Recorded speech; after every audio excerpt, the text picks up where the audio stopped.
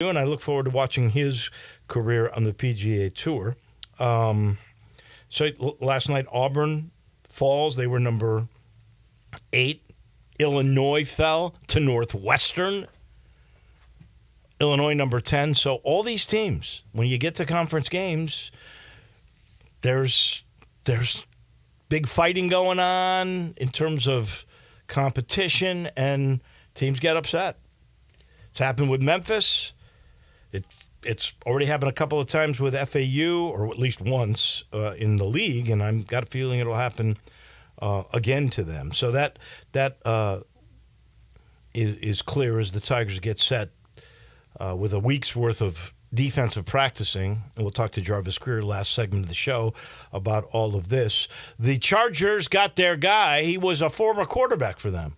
He keeps going to teams he was a quarterback for, Michigan, and now it's the LA Chargers. Jim Harbaugh jumping ship at Michigan, and he will be the new head football coach at, I want to keep wanting to say San Diego, but it's LA. It's incredible to me that he left Michigan with the offer that they gave to him, but maybe he knows what's ahead with the NCAA. Maybe this was the smartest move he could have made. Back in the NFL, where he had done a good job with San Francisco, Harbaugh's there. We'll talk with Russell Copeland about that and the playoffs coming up, and a whole lot more that will come your way at the bottom of the hour. Last night, Scottie Pippen Jr. played like his dad. 15 points, 6 rebounds, 6 assists. I don't get it. 9 players, that was all that were in uniform. So if you look at the official roster report, they show the 9 guys, the 5 starters, the 4 players, and then the DNPs. You know how many DNPs there were last night? 9. Half the team. And yet they go into Miami. Something's wrong with Miami. We'll talk with Pete about that, but something's wrong with Miami. I think they've lost 3 or 4 in a row now. They don't seem to have, as he was saying, they don't seem to have their usual energy. All this occurred after Eric Spoelstra signed a new extension. That's kind of crazy. But the lineup, there you go. It's Pete, it's Russell, and it is Jarvo. Looking forward to all of that. One other quick note, and we'll talk with Jarvo about that. Did you see who wants to be a member of the Showboats? Chad Ochocinco. Chad Ochocinco. Now, if he makes this roster, we got a problem. See how old he is? He's 46 years old. Or he's just that good that he just said, you know what, the NFL might be I might be a little bit too slow for the NFL, but I'm not slow for the semi-pro. No. You are still a young man. Take it from a guy who went from young to old. When you're 46, I don't care who you are, what kind of shape you're in. When you're 46, you don't have a first step. You don't. Sorry. I'd love it. It would be a great story. You don't have a first step. The only guy that's 46 that can play in a major sport is like a huge big guy who just knows, it stays really strong and knows how to box out, knows every angle. He might be able to become a defensive player or a rebounder that's by the rim. He can't certainly pick up somebody from the perimeter because he doesn't have a first step. I'm just telling you, you're 46 years old. You cannot play as a professional and be effective. If he makes that team is terrible. But that's not to say it's not good for the Showboats getting a little national pub with Ochocinco coming out and saying he wanted to play for John DeFilippo, who, by the way, I enjoyed his visit here. He's an interesting guy, 15 years in the NFL and loves this league. And we'll talk with Jarvo about that and, of course, Tigers and UAB. I am looking forward to that game. I'm looking forward to the renewal of the rivalry with UAB. It was fun to go down there, win the Rack of Bones again, and beat UAB in their new stadium in football. And now you go to Bartow Arena. I considered myself kind of a friend of Gene Bartow. Got to really know him well as the years wore on. Of course, I was not around in '73 when he was the coach, but I was around when he was the coach of UAB, and he founded that program. And Larry Finch and the teams that Larry had versus the Bartow teams, they were really great wars. They were fun. And now you've got this, right? It was a great rivalry when Murray Bartow was the coach against John Calipari's teams. That was a lot of fun, and that's what we're going to see coming up this weekend. They're not quite as good as they were a year ago, but they're going to bring everything they got, just the same way that Tulane did last Sunday. I'm sitting in the Family Leisure Studios, and a reminder, go see Billy, go see Lindsay, go see all the people about the floor model sale going on right now and for a little bit longer at the corner. Well, I shouldn't say the corner. It's I-40 and Whidden Road, but you got to go about a half a mile, maybe 3/4 of a mile north.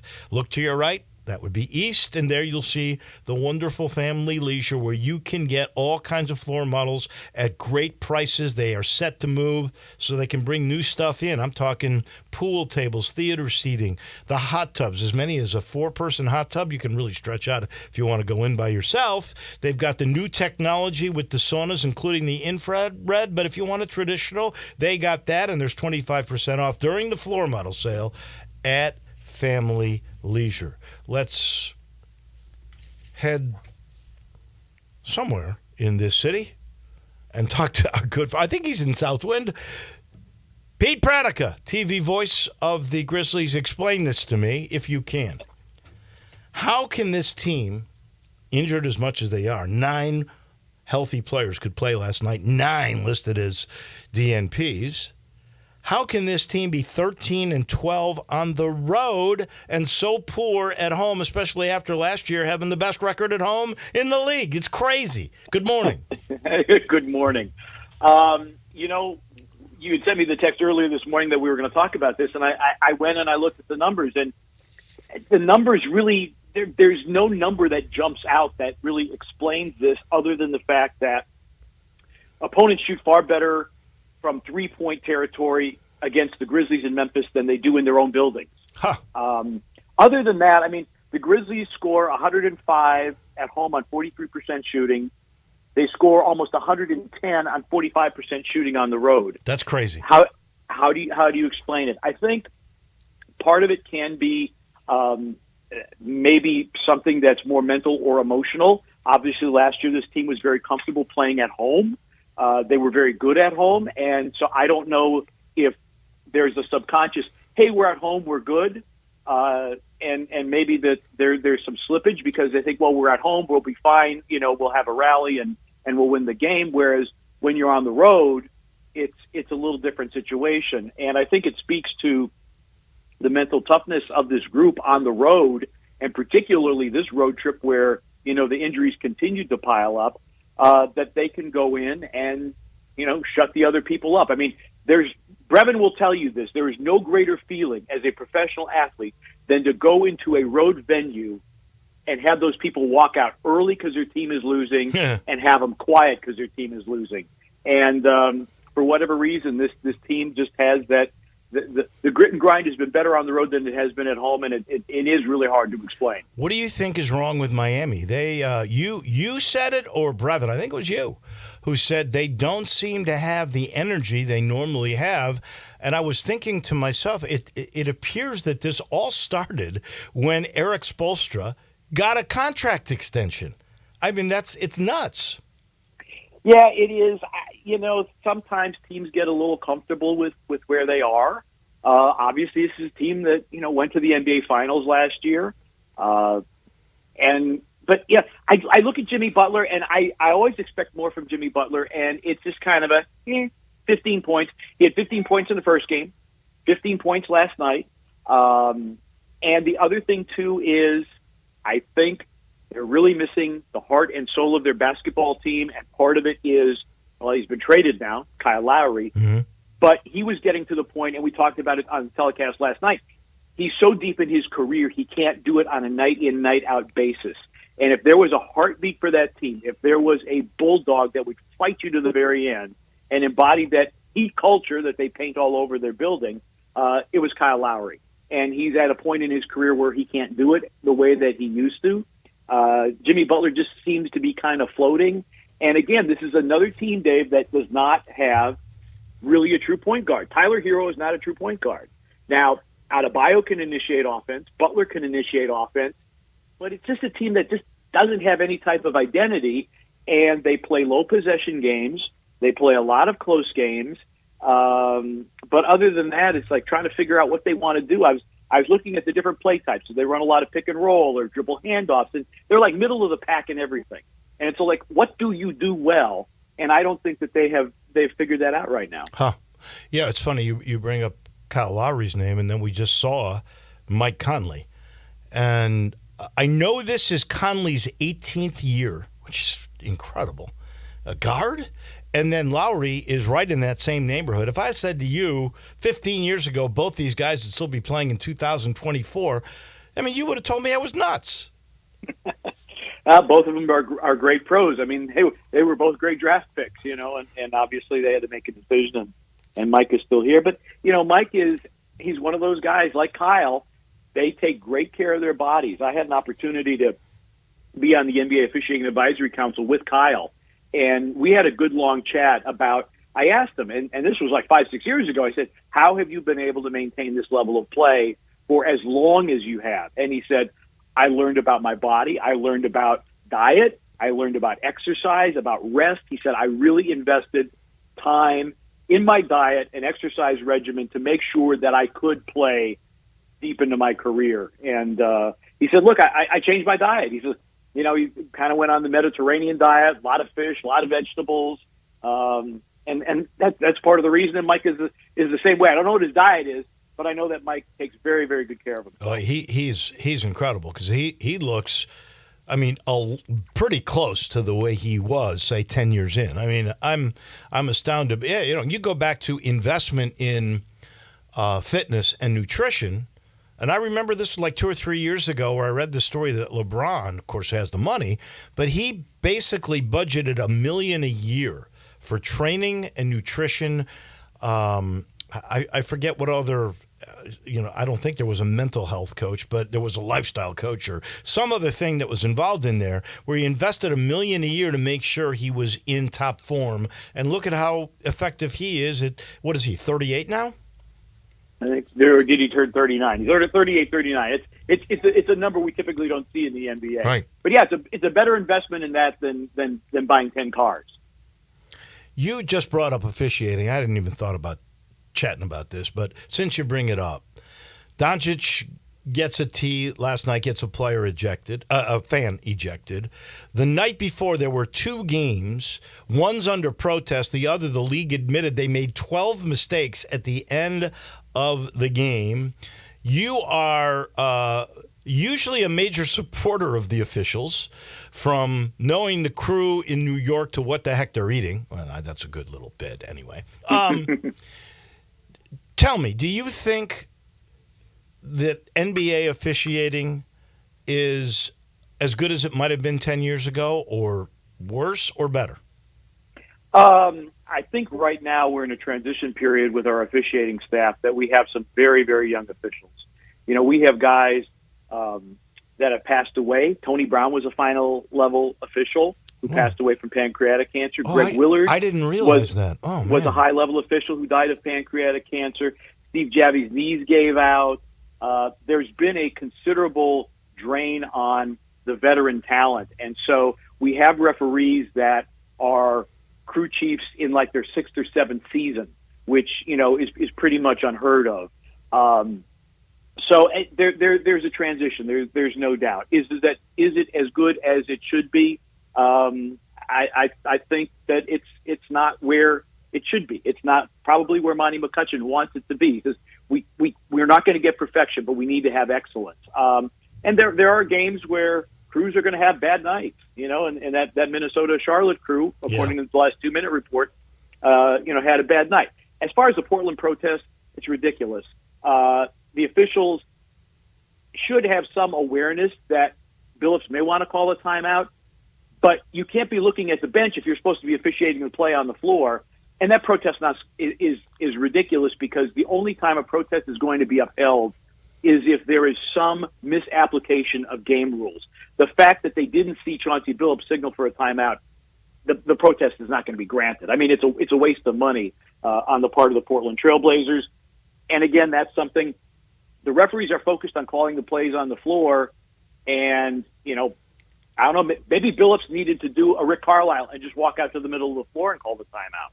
And maybe then it would have been granted. So that protest is not going to go anywhere. And, every once in a while, I mean, there was a game this year, I think, where Taylor Jenkins wanted a timeout and didn't get it because the referees are officiating the play on the floor, and nobody looks back to the bench, and, he's out of sight and therefore out of mind.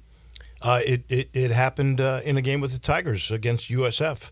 Penny said in the last 4 seconds, he 4 times asked for a timeout, and they didn't see him. They didn't give him the timeout, and it was a game-winning situation where you got a guy going down the court trying to shoot a game winner, and that's where their attention was riveted, and they missed it. And that is just going to happen. They've got to concentrate on the play, and that's just a fact of life. I'm with you. I don't see how that one could possibly win on a protest. You mentioned Taylor Jenkins, and I'm not sure he gets enough credit for some of the things that this team has been able to do this year with so many people out. And I want to go to Scottie Pippen Jr. Here's a guy who had 15 points, 6 assists, 6 rebounds last night.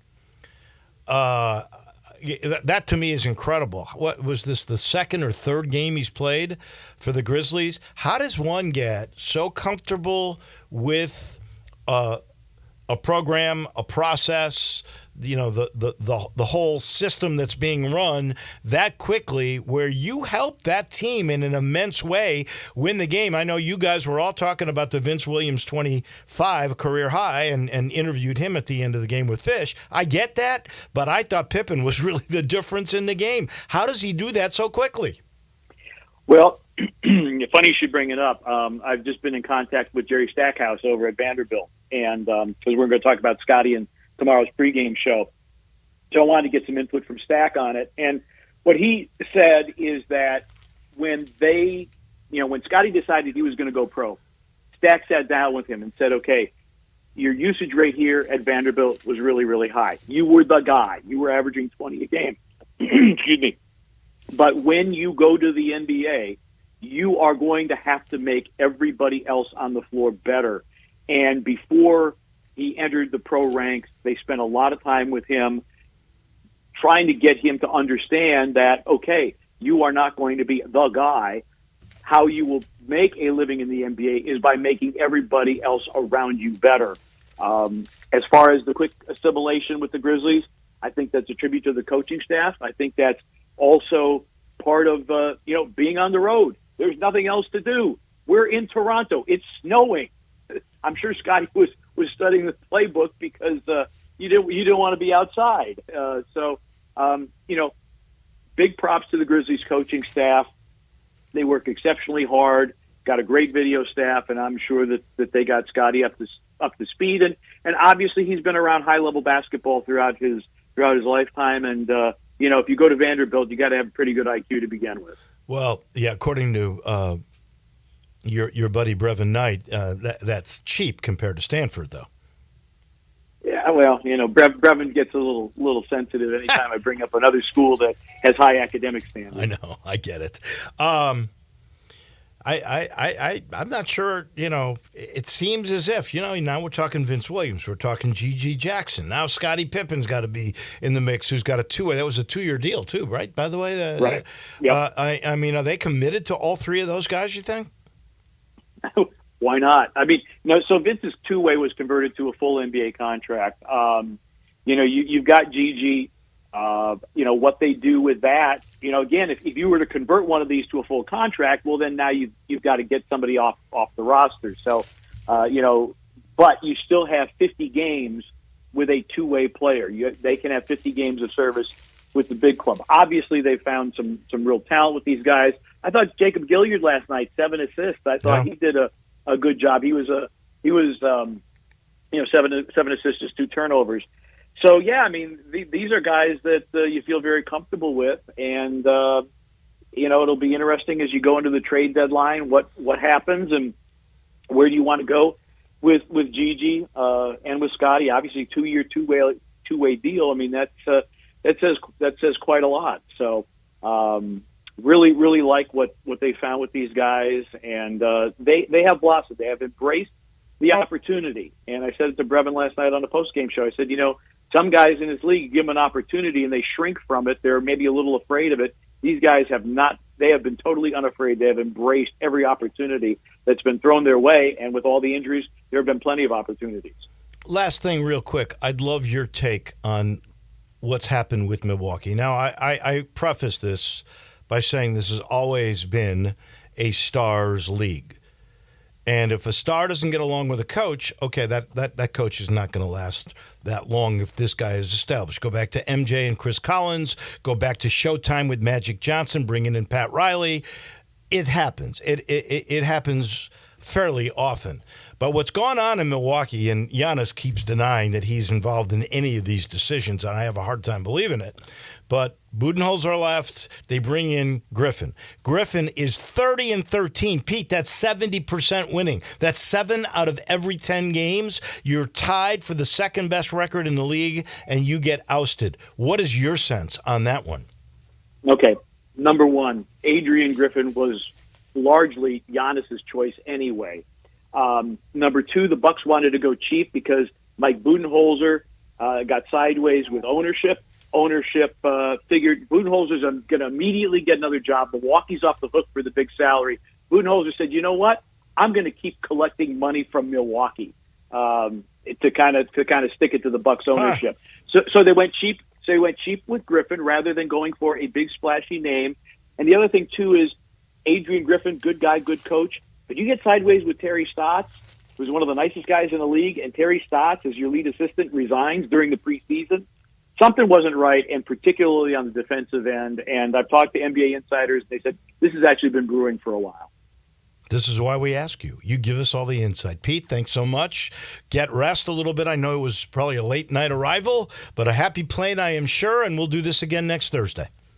Sounds good, Wolo. Thank you. That's Pete Pranica, TV voice of the Grizzlies.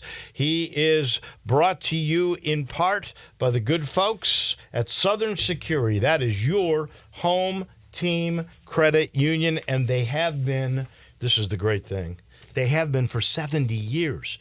Our sponsors, they've been around a long time. They're blue chippers, and we're so proud to have them with us. And we got a blue chipper in what Dawn Grader is doing with Southern Security. 70 years they've been around, but now she's been the leader for a few years, and they keep getting bigger. They just broke ground on a new place in Collierville. They're very proud of the way they have unbeatable rates, low fees, always the newest technology. Wait till you see that new building in Collierville. They'll have the latest and the greatest. And then there's the most important thing, service. They treat you like family. If you're a business owner, I'm telling you, Southern Security is perfect for you. If you need an auto loan, go talk to the folks at Southern Security. Better benefits for your credit card? They do it all.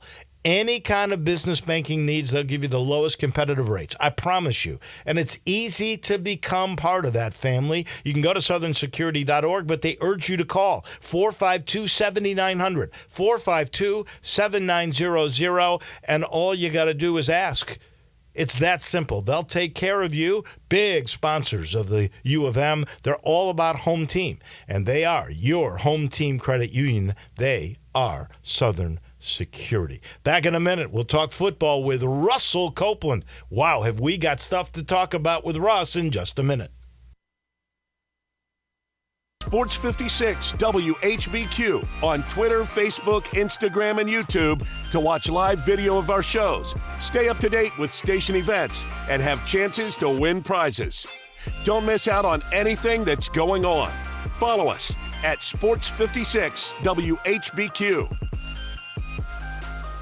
All 650 acquisition fee, Forte RE722-812, MSRP 21590, Sorrento PG 242-710, MSRP 33010, Telluride RG 462822, MSRP 38705. Concludes all rebates and incentives. Must finance through Hyundai. Excludes tax title and license. See dealer for complete details. Offer valid through 1/31/2024 with approved credit dealer stock only. Hey, Jeff Allen, Happy New Year, dude. Hey, what's happening over there at Gossett Kia South Mount Moriah? Let's start the new year off right in your new Kia with 41 MPG Highway 2024 Kia Forte LXS $239 a month, $27.99 due at signing. Got a big family? Get a 2023 Kia Sorento LX $319 a month, $34.99 due at signing. Plus a 2024 Kia Telluride LX $449 a month, $34.99 due at signing. All 36-month lease. And every Gossett Kia comes with Kia's 10-year, 100,000-mile powertrain limited warranty. And stop by and see the all-new EV9 all-electric SUV. So whether you live in Horn Lake, South Haven, Olive Branch, or Memphis, you'll be happy at Gossett Kia on Mount Moriah. 2680 Mount Moriah or KiaMTMoriah.com.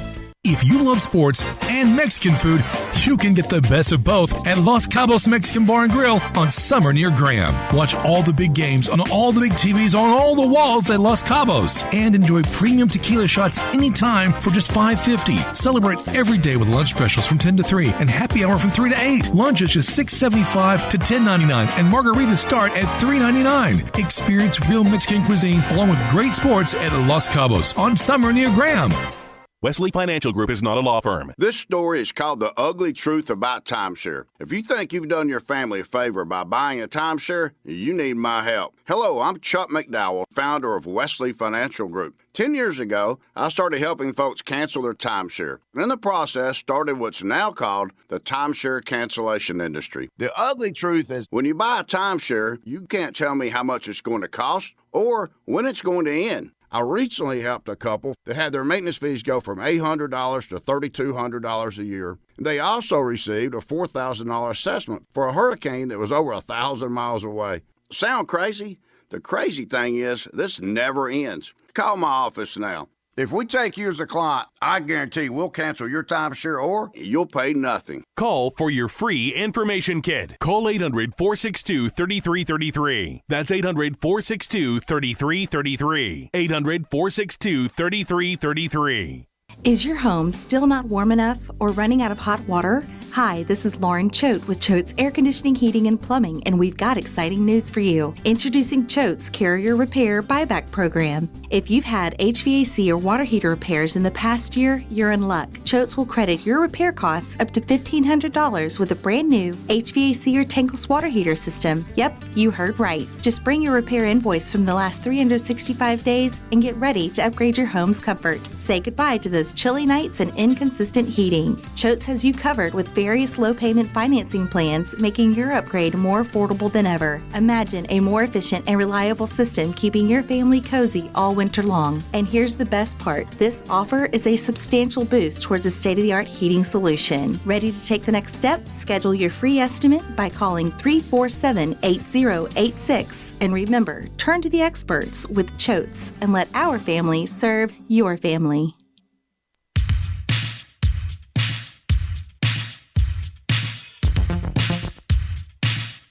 Now back to Wolo and Friends on Sports 56. Presented by Genesis of Olive Branch. Here once again is the voice of the Tigers, Dave Woloshin. You're the announcer, man. We are brought to you by our title sponsor. It's Genesis of Olive Branch. Go see Vinny. That's Vinny Gerard. He heads up the Genesis department at that facility. Easy to get to, by the way, just down Highway 78. That's Lamar. Like 10 minutes. Then there's the first exit in Mississippi's Craft Road. Turn left and see Vinny and ask about the SUVs. Here's the thing about the Genesis SUVs. You know how I love SUVs because you sit up high? But most of them don't have that luxury ride some of the great sedans do, like the Genesis sedans. This does. The GV70 and the GV80 with all the new technology has the same luxury feel. You will be amazed. You will love it. And they've got some special financing offers.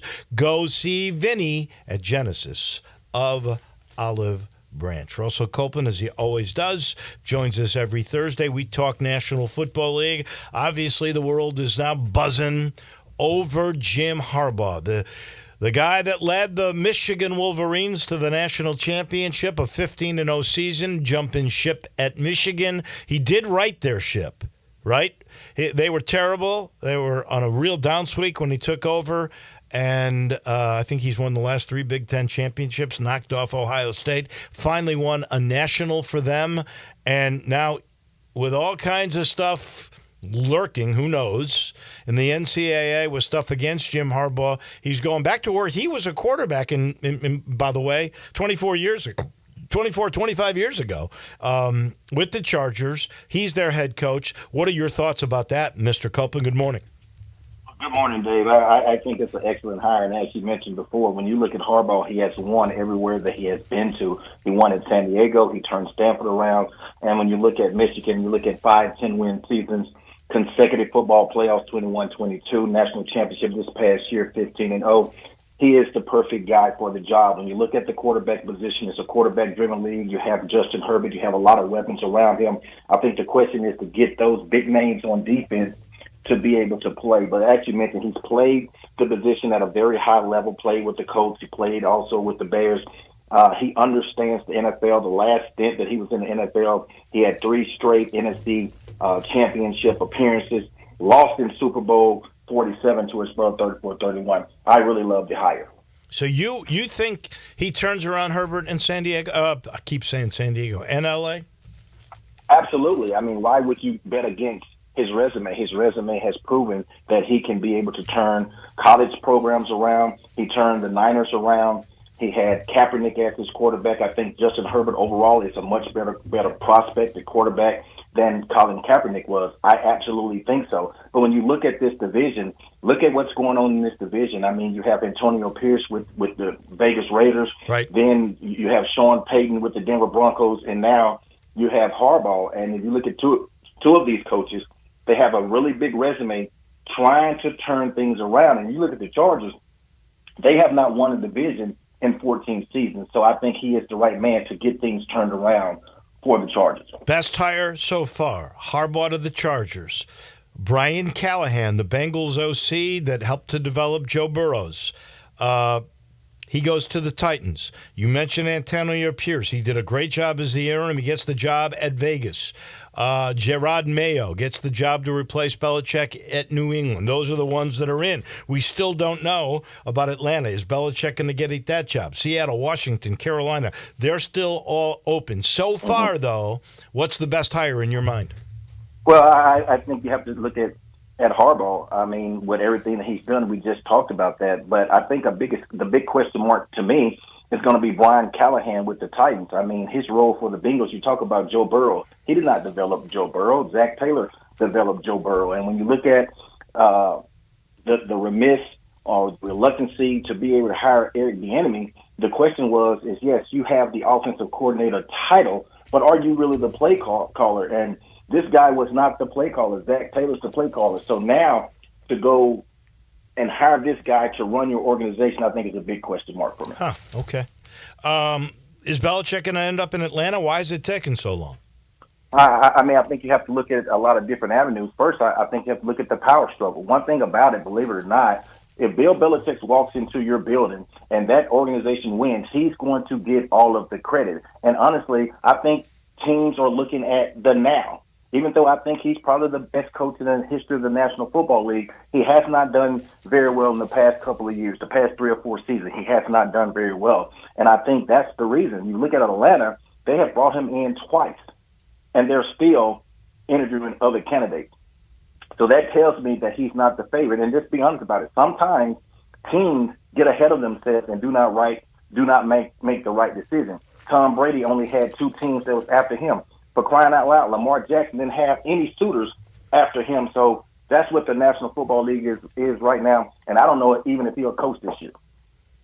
That is crazy. He's how many away from passing down Shula as the winningest football coach in the history of the game? He doesn't have that many. He's right there. I mean, I think he only needs a season. And is it a whole season? I thought it was a season, maybe a season and a half. You know, he's really close, but also, Dave, I think when you look at it, him being 71, close to being 72 years of age, when you look at teams, not what we're saying, I think that teams should be breaking their necks to try to hire Bill Belichick. But what teams are saying, they're saying, hey, he's 71, 72 years old. How can he mesh with today's generations of players? Can he come into the building and get these generation of players to play? I think so. But obviously, it has to be some type of reluctancy, and that's what I'm saying, the power struggle, and does he still have it at 71, 72 years of age? Well, I think I'd hire him for a couple of years. I don't think it'd be a problem. Absolutely, because when you look at the other coaches, coaches are getting fired 2-3 years. So I think that I would hire him for 2-3 year stint and see what he can be to do for 3 years, especially the Atlanta Falcons. I definitely would take a chance on him. I'm with you. All right. My heart went out to you because I think you most identify with Buffalo as your NFL team based on your career. You played for several teams. Mm-hmm. Wide right. That seems to be their legacy. It was Scott Norwood back in the day. This time it was this kid Bass. I just feel so bad. He hit the ball. He struck it well. It just the wind took it right. He didn't play the wind correctly. Josh Allen was terrific, but guess what? So was Patrick Mahomes, and they're in their 6th straight title game for the AFC. Wow. Yes, absolutely. And when you look at the Bills fans, Bills Mafia, upstate New York, I mean, they absolutely have the best fans. And my heart goes out to that area because being so close. And we talked about the Dallas Cowboys, how disappointed it is for the Dallas Cowboys. I think this fan base is more disappointed because been right there at the door in the 90s, 4 straight Super Bowls, been able to win that. 2021 right there in the championship, didn't win that. And I think this year here was one of those years that you felt really good playing Patrick Mahomes at home. But at the end of the day, Patrick Mahomes and Andy Reid, what a great combination they've been. Andy Reid is the 4th all-time winning coach. Patrick Mahomes is narrowing, should we say, or speculations that he could possibly be the GOAT one year. Oh, yeah. So you have to be able to make plays, Dave. You have to make plays throughout the game. And I think the Bills left too many plays on the field. San Francisco got something they hadn't under Purdy very much at all. I think he needed one like this. That was a comeback win. What does that mean for San Francisco? Well, it was an outstanding game for him to come back and win, but it was not his best games. And now we can, accredit some things as far as the weather. I think for his confidence, I think he needed to win a game like that. But I think the key to start the engine is going to be Deebo Samuels. Is Deebo Samuels going to be able to play? Because you look at it, when he did not play in October, they lost 3 straight games. He brings so much to that offense, and their offense is geared around different personnel groupings. So if he could be on the field, I think now the defense still has to count for him. If he does not play, I think San Francisco struggles. Who's more important? I still think San Francisco wins. Who's more important, McCaffrey or Deebo? I think it's McCaffrey, yeah. But I think as a group package, you need all of them because that's what Kyle Shanahan does. He gets you in different personnel groupings. How do you cover those different personnel? Do you come with base, nickel, or dime? And once he catches you with the wrong personnel groupings, he can interchange his players, and that's what he does so effectively. But Deebo Samuels in that offense, it just brings a different dynamic, and it makes your defense has to know where he is, and also McCaffrey. Now, if you just have McCaffrey, you can count on McCaffrey, and you'll let Kittles beat you. Baltimore dominated the second half against Houston, and their great rookie quarterback, C.J. Stroud. They just seem to me to be the best team overall. We'll talk about that matchup with Kansas City, but I think you've got to make them the overwhelming odds-on favorite to win the Super Bowl.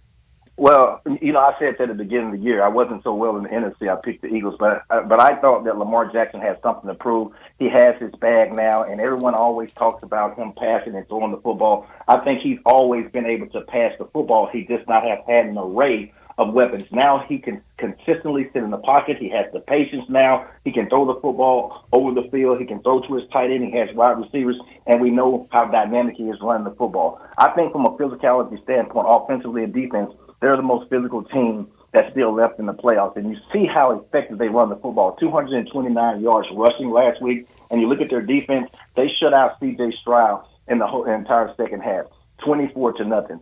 That's why I like the Baltimore Ravens in this matchup with the Chiefs. All right. What about the other side? Detroit and San Francisco. The Niners are 7-point favorites in that game. There's something about this Detroit team which seems to just get it done whenever they have to. Man, I really do love the storyline. I love Jared Goff. I love it for the city of Detroit. This is going to be a different game. Jared Goff has to play well. When you look at the San Francisco 49ers, their front seven is dynamic. They can put a lot of pressure on Jared Goff. And then we talked about Deebo Samuels. If Deebo Samuels can play and he can be effective, I like that point spread with 7 points. If Deebo Samuels is not effective and he cannot play, I think the game will be closer. I'm going to go with the San Francisco 49ers because I do think the Baltimore Ravens and the San Francisco 49ers are the two best teams.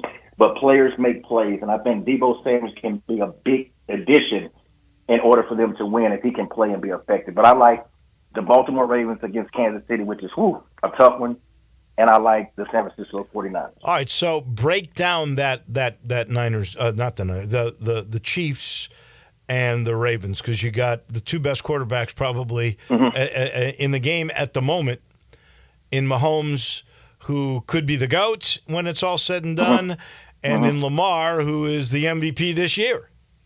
Well, I think when it comes down to it, I think when Baltimore wins the game, if they can effectively continue to run the football the way they've been able to run the football, that keeps Patrick Mahomes off the field. Their physicality will definitely have the time of possession. Defensively, I think their defense is one of the best defenses in the NFL. I think they can shut down Patrick Mahomes in the passing game and then force them to try to run the football and take the ball out of Patrick Mahomes' hand. I think those are going to be the key. Who can run the football effectively on first down? If Lamar Jackson can win on first and second down, he's hard to stop. You have to make him throw the football when he does not want to throw the football. But I still think the physicality of running the football will go to Lamar Jackson. But in order to be the man, you have to beat the man, and Patrick Mahomes is still the man. Josh Allen wasn't able to do it last week.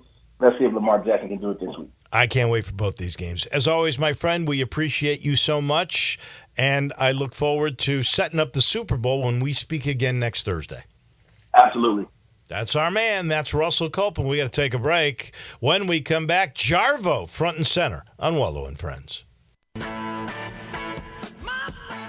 Start your day with Sports 56 Mornings with Greg Gaston and Eli Savoy. Weekday mornings from 7 to 10, right here on Sports 56 and 98.5 FM. Hi, fellas. Bill Russell at Russell Brothers Fine Jewelers. And I want to thank all of you who came to see us at Russell Brothers so that Christmas would be very special for your lady. Thank you for the confidence and trust that so many of you have placed in Russell Brothers for over 38 years. And we're going to work even harder in 2024 to let you know how important you are. Whether you just need a $10 battery or a $10,000 diamond ring, you will receive the very best in beauty, quality, service, and value. Our exquisite gemstones, our fashionable designs, our huge array of fine jewelry will dazzle you and will help make you a hero when you want to let her know how very extraordinary she is. We invite you to come see us at Russell Brothers Jewelers, 4646 Poplar at Perkins, or visit us at russellbrothersfinejewelers.com. After all, doesn't she deserve the very best?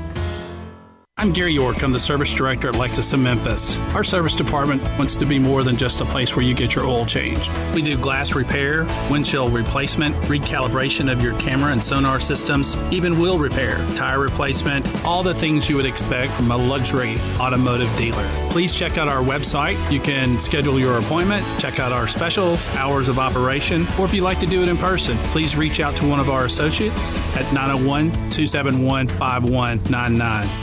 There's an institution in East Memphis that I love talking about. It's the Spirit Shop at 4848 Poplar Avenue, right down the street from Clark Tower, and it looks like a log cabin. It's been around Memphis since 1969 with a family-owned, friendly, knowledgeable sales staff that is just a wonderful place to go. I love going in and talking wine or bourbons, and they've got such great selection. So if you've not visited the Spirit Shop in a while, it's been remodeled. You'll love what you see when you need spirits. Tell Eddie Wolo said hello. Calling all our Memphis foodies. Our grand reopening is today. Welcome to the new Humdingers, where we've not just rebranded, but we've reimagined every detail. Feast your eyes on our fresh new look and revamped space, setting the stage for an all-new experience. Please get ready to discover some exciting additions to our menu, full of spicy and spirited flavors. We've been cooking up something special behind the scenes, and it's almost time for the big unveiling. Today at 6300 Poplar, we will be offering new menu items, the catfish po' boy, the burger, and a taco of the month. In addition to our regular menu items, we will be offering the Cajun chicken pasta, which is also served on our catering menu. We cater it for all of our weddings, including shrimp and grits and crab cake bites. We offer charcuterie tables and pork tenderloin carving stations as well. Check out all of our menus online at humdingersrestaurant.com or call Jenny Nash at 901-606-3172. humdingersrestaurant.com. Now back to Wolo and Friends on Sports 56, presented by Genesis of Olive Branch. Here once again is the voice of the Tigers, Dave Woloshin.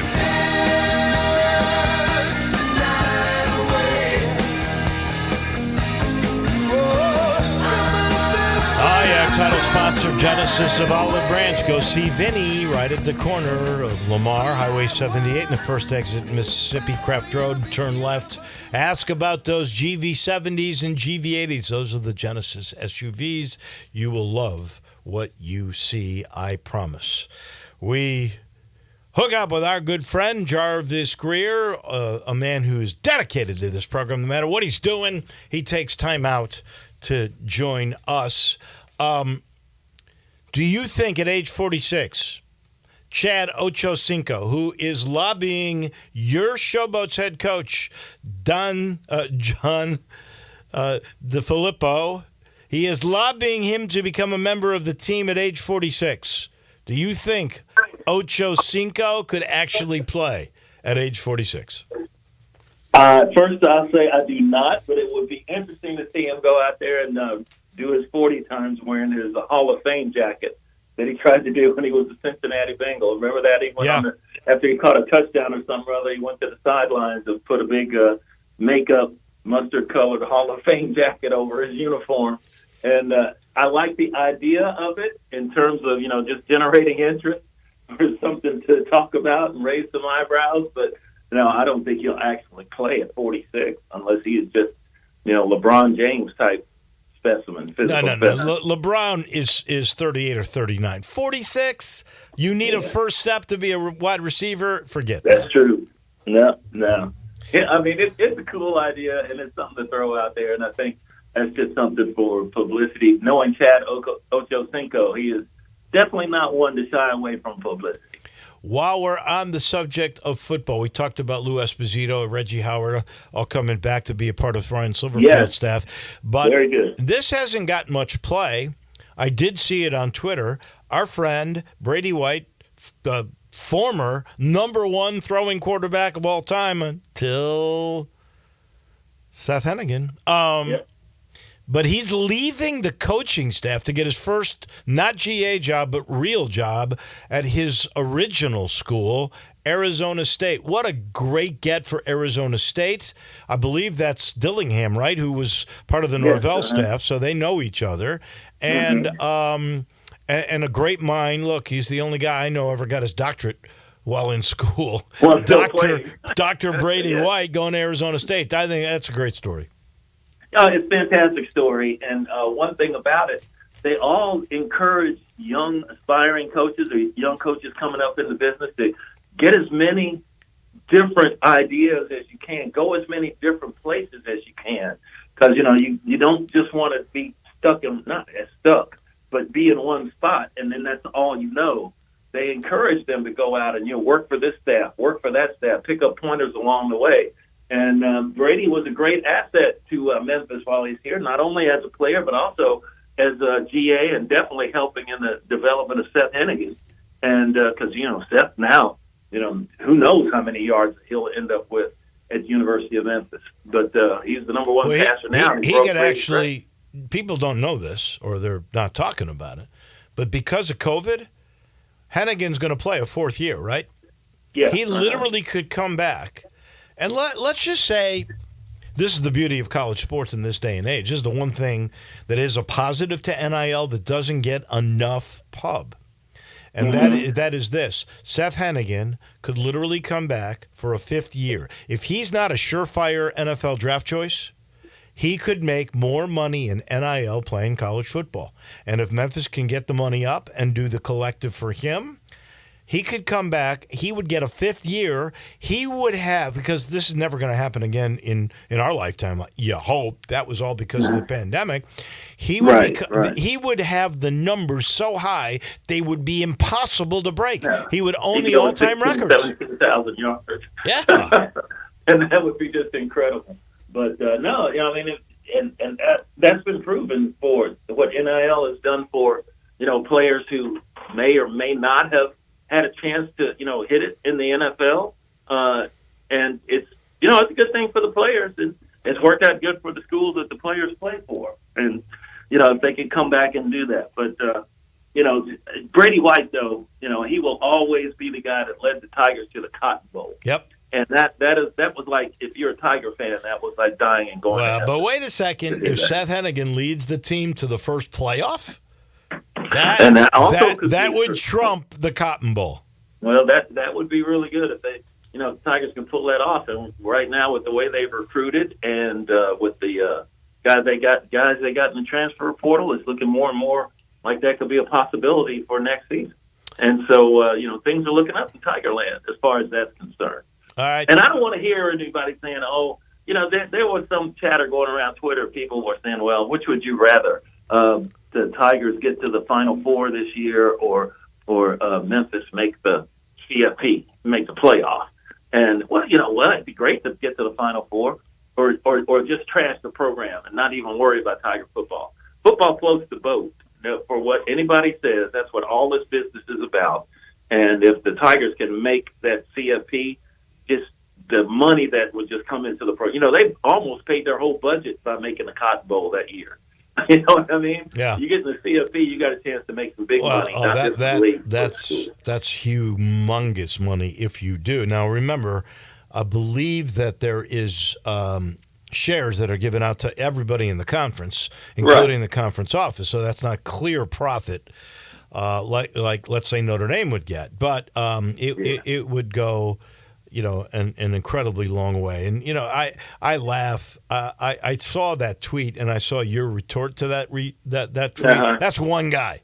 That's one guy who is not a very informed person. So that's the thing. Anybody has a right to now have distribution of influence through the internet, and really the right to be stupid to a lot of people, and that's true. And that's what happens a bunch to me that I see on X or what used to be Twitter. If that opinion were true, why would we be spending $220 million on Simmons Bank Liberty Stadium?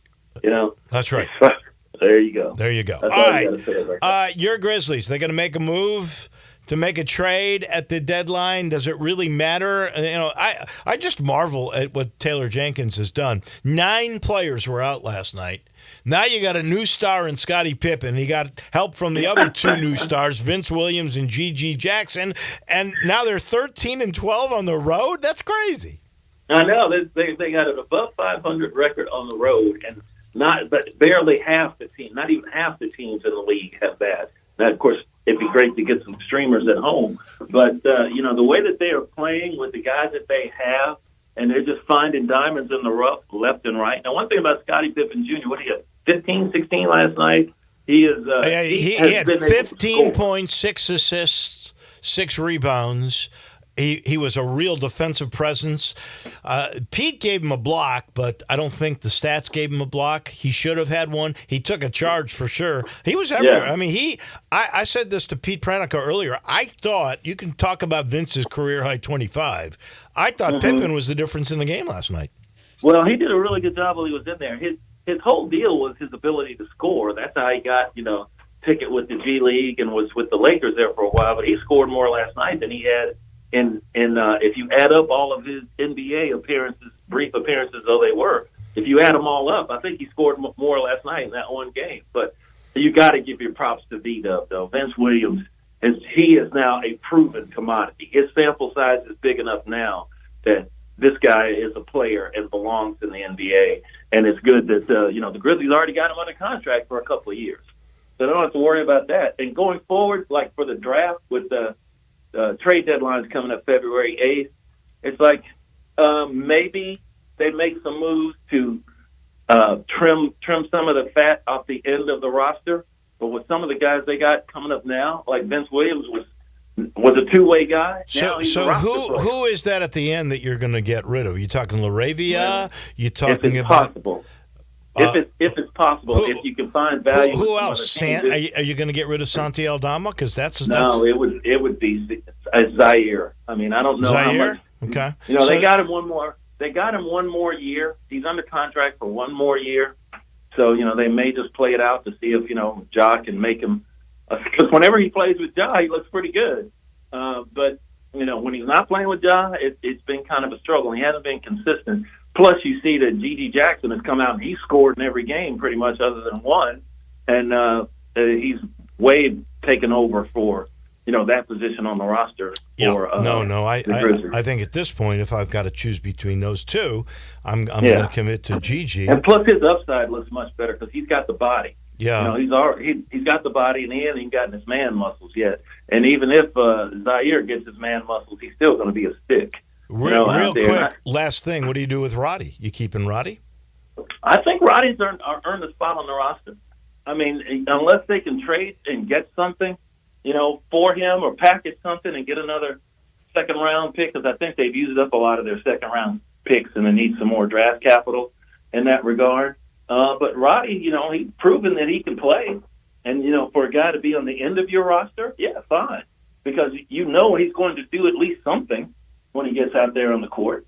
He more than likely will play better than not play better. You know what I mean? Yeah. Where Z is more than likely he's not going to do much. And then there's an occasional game where he may, give you a play or two here or there. He is our man. He is Jarvo. Hey, we're out of time as we always seem to be at the end of this Thursday, but we always appreciate your participation, especially the sacrifices that you made today for us. Yeah, we're thinking about going out to Torrey Pines today. The Farmers Open is out here. I know. The course looks great. And I think, wow, if Dave Woloshin was out here, I know he'd have his golf clubs and he'd be out there trying to get on the course. But I expect that you'd be one of those guys hang gliding off the cliff. I want to see you do that. That's me. I mean, if I even tried that, my wife would kill me. Thank you, Jarvo. We appreciate it. Right. Jarvo on vacay, helping us out as he always does on Thursdays.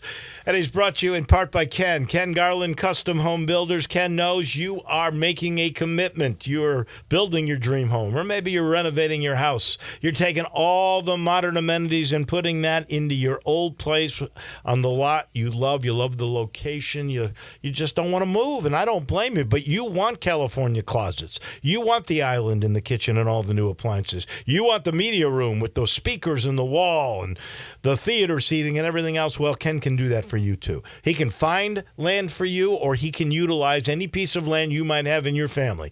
This is what he and his dad before him have done.